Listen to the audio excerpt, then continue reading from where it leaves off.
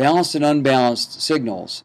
Okay, so when you've got a cable, as you notice, there's different types of cables for different kinds of purposes. Some are balanced cables, some are unbalanced cables. So a guitar cable, 1/4 inch on one end, 1/4 inch on the other end, a shield around a center conductor.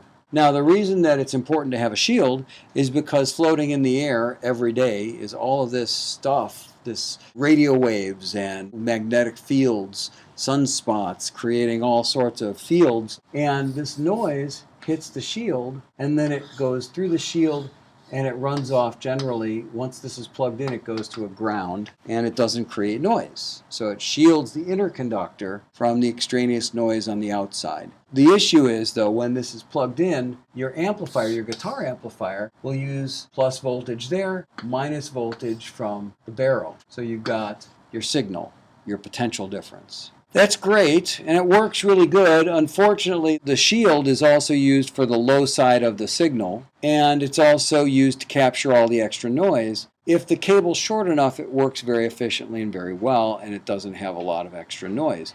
But when you start running these long lengths of cables, it picks up so much noise that it starts infiltrating the signal that you're trying to actually send through the cable.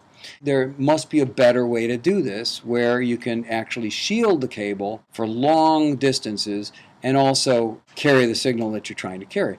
Let's draw a balanced cable. That means that there's actually a cable and there's two conductors on the inside. One is plus and one is minus. So here's your signal traveling on the two inner conductors, and it's protected by a shield that just acts as a shield. So any noise that gets to the shield runs off the ground and doesn't affect the inner two conductors that carry your signal.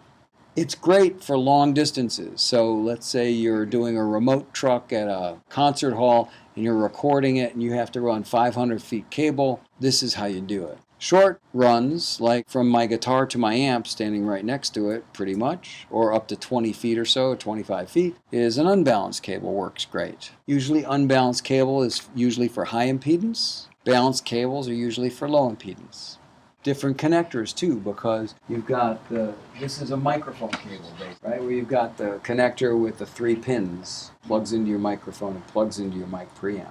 This is just a 1/4 inch cable that plugs into a round receiver on your guitar amp or on your guitar. And I've got a picture here of balanced and unbalanced for you. The interesting thing about it is that you can have a 1/4 inch cable that's actually balanced as well. How you do that is you take what's called a stereo 1/4 inch plug, and actually my little patch cords in the studio to patch from one to the next are all balanced, and they call them ring tip sleeve. That's a stereo 1/4 inch. So they come in all different varieties. The thing that really distinguishes them is that the unbalanced has one inner conductor and a shield. The balanced has 2 inner conductors and a shield. And they're used to protect yourself from noise getting into your signal. In general, your guitar is made for an unbalanced cable, and your guitar amp's made to receive an unbalanced cable because they expect you're standing close to your amp. If you'd like to convert it with direct boxes to a low impedance 3-prong, plug your, let's say your bass, plug it into a DI. On the other end, you get a 3-prong mic cable coming out. You plug your mic cable into that. You can run it hundreds of feet, and on the other end, put it into a direct box and get high impedance coming out, unbalanced 1/4 inch out of that box in reverse. You can run long distances that way too, because the low impedance and the extra shield protects it for long distances.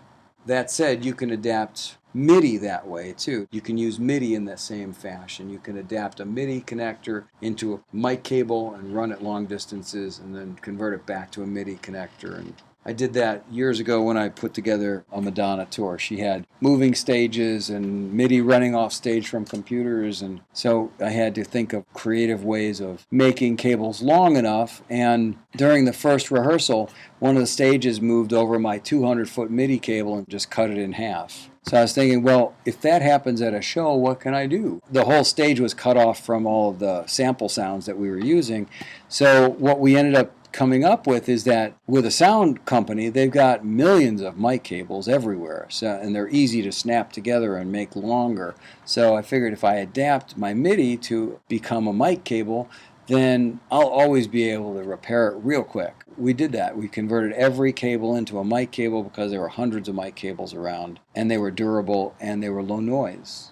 Impedance we talked about, and that's really important to how signals transfer. You need to remember that it's frequency dependent, it's measured in ohms. There's always a confusion between what impedance is and what resistance is. Resistance is non-frequency dependent, impedance is frequency dependent.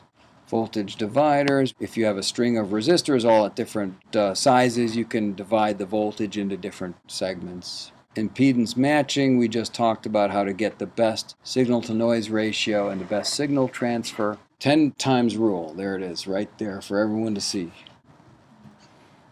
Balanced and unbalanced, one more time. Balanced versus unbalanced signals. Balanced system is the difference between two conductors on the inside of the cable. Unbalanced has one conductor on the inside of the cable and uses the shield as the other side of the signal.